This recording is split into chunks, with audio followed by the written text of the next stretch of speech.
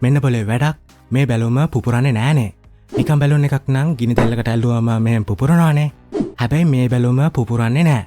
කොහොමද එහෙම වෙන්නේ? මං ගත්තා එක ජාතියෙන් බැලුන් දෙකක්. ඔය ඕන තරම් කඩවල තියෙන්නේ. ඊට පස්සේ එකක් මේ විදිහට පිඹුවා. පුළුවන් නම් කියන්න කට නොතියා මෙහෙම පිඹුවේ කොහමද කියලා?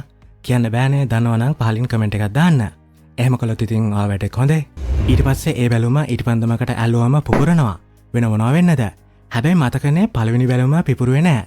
ඉතින් ඔන්න මේක තමයි රහස. පළවෙනි බැලුම පුම්බන්න කලින් මම ඒකට වතුර ටිකක් පෙරෙව්වා. ඊට පස්සේ ඉතින් කලින් වගේම කට නොතියා බැලුන් එක පිඹුවා. ඊට පස්සේ මේ බැලුම ඊටපන්දම් දැල්ලට ඇල්ලුවම පුපුරන්නේ නෑ. ඒකට හේතුව මේකයි.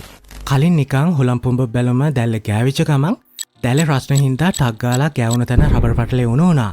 ඒක තමයි එකපාරම බැලුන් එක පිපුරුවේ. හැබැයි දෙවෙනි බැලුන් එක ඊටපන්දම් දැල්ලට අල්ලපු ගමන් දැල්ලේ රස්නේ ගන්නේ බැලුන් එක ඇතුලේ තියෙන වතුර ටික.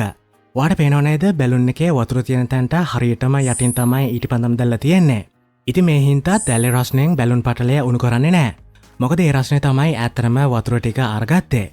ඉතින් ඒ හින්දා තමයි බැලුන් එක පිපුරුවේ නැත්තේ.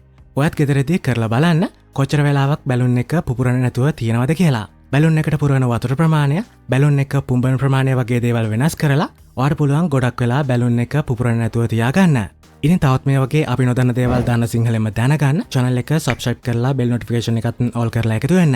එතකොට වීඩියෝ එකක් දාපු ගමන්ම ඔයාට ඒක බලන්න පුළුවන්. ඒ වගේම වීඩියෝ එකට like එකක් දාලා මේ වීඩියෝ එක ඔයාගේ යාළුවෙකුටත් බලන්න share කරන්න. ඒ වගේම අහන්න මොන හරි දෙයක් තියෙනවා නම් පහලින් comment කරන්න. එහෙමනම් අපි ඊළඟ වීඩියෝ එකෙන් නැවත හමු වෙමු.